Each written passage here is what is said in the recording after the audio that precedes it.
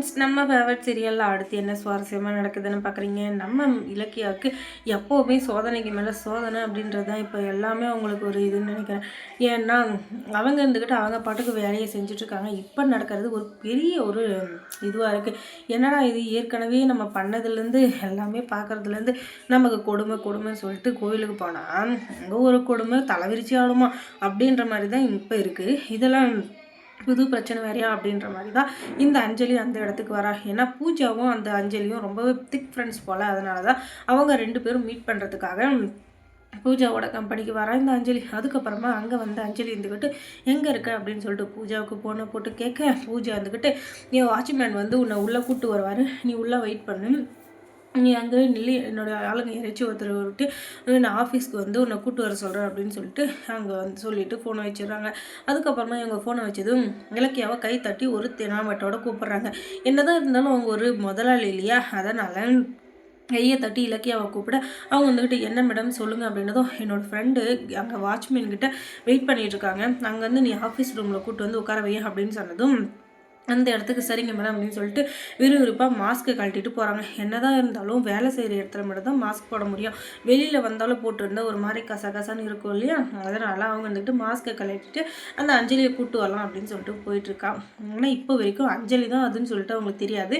பூஜையோட friend அப்படின்றதுக்காக தான் அங்கே போயிட்டுருக்காங்க. அங்கே நின்றுட்டு இருந்த நம்ம இவளுக்கு அஞ்சலி இருந்துக்கிட்டு என்ன இலக்கியா இங்கே இந்த யூனிஃபார்ம் போட்டு நின்றுட்டுருக்க அப்படின்னதும், நான் வந்து ஒரே வேலை சின்ன வேலை செஞ்சாலும் சுயமாகவும் அதில் வந்து எந்த ஒரு கள்ளத்தனமும் இல்லாமையும் அதோட ஒரு நல்ல ஒரு இதுவாக தான் இந்த இடத்துல வேலை செஞ்சுட்ருக்கேன். யாரையும் ஏமாற்றாமையும் யாருக்கும் கெடுதல் பண்ணாமையும் உன்ன மாதிரி அடுத்த மாதத்தை ஆட்டியை போட்டு அதில் சந்தோஷமாக இருக்க பார்த்தியா, உன்ன மாதிரிலாம் நான் இல்லை சரியா, அதனால் நீ எல்லாம் வந்து என்னை கலாய்க்காத அப்படின்னு சொல்ல உனக்கு எவ்வளோ வாயா போச்சா, இரு என் ஃப்ரெண்டுக்கிட்ட சொல்லி உன்னை இப்போ வேலை விட்டு தூக்குறேன்னு தூக்கிக்கோ, எனக்கு அதை பற்றி எந்த பிரச்சனையும் இல்லை. ஏன்னா நான் வந்து மனசில் நேர்மையோடையும் உண்மையான மனசோடையும் தான் இந்த இடத்துல வேலை செஞ்சிட்ருக்கேன். அது அவங்களுக்கும் தெரியும். அவங்களுக்கு உன்னோட ஃப்ரெண்டுன்றதுனால உன்னை அசிங்கப்படுத்துறதுனால வேலையை விட்டு தூக்கணும் அப்படின்ட்டு ஏதாவது இருந்ததுன்னா கண்டிப்பாக தூக்கிட்டு போட்டோம், எனக்கு அதை பற்றி கவலையே இல்லை, நான் அதை பற்றி கவலையும் பட மாட்டேன். இங்கே இல்லைன்னா வேறு எங்கேயும் எனக்கு ஒரு இடத்துல வேலை கிடைக்க போகுது அப்படின்னு சொல்லிட்டு இவரை திமிரா பேச, இந்த அளவுக்கு திமிரா பேசணும்னு நான் நினச்சி கூட பார்க்கல இலக்கியா,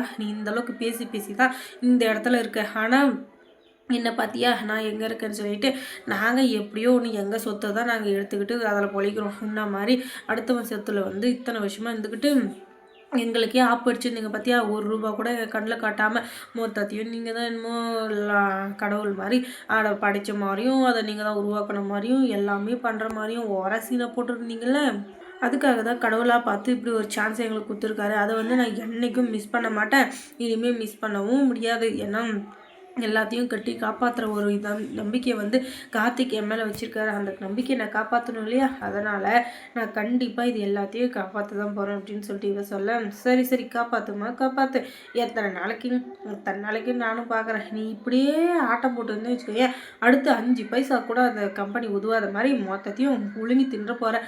அதுவும் கூடிய சீக்கிரத்தில் நடக்க தான் போகுது, நடக்காதெல்லாம் இருக்காத. ஆனால் இப்போ இருக்கிற சூழ்நிலையில் உங்ககிட்ட கம்பெனியை ஒப்படைச்சதுனால என்றைக்கு இருந்தாலும் கார்த்திக் வந்து அதை நினச்சி கண்டிப்பாக ஒரு நாள் கஷ்டப்பட தான் போகிறாரு.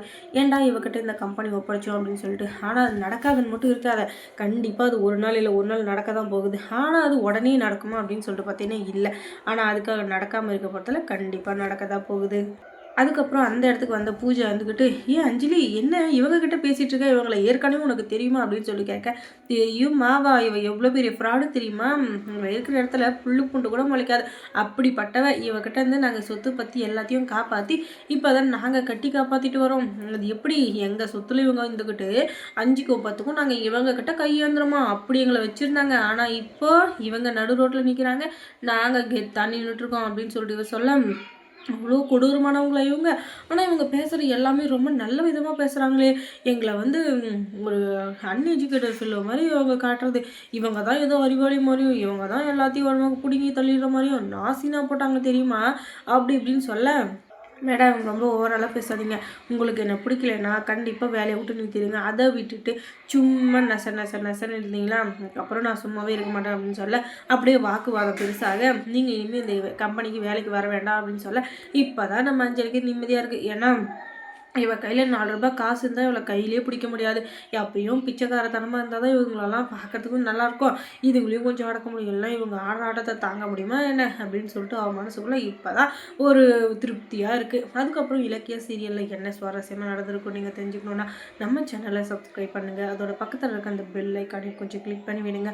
தொடர்ந்து இந்த சேனலுக்கு சப்போர்ட் கொடுங்க. தேங்க்ஸ் ஃபார் வாட்சிங்.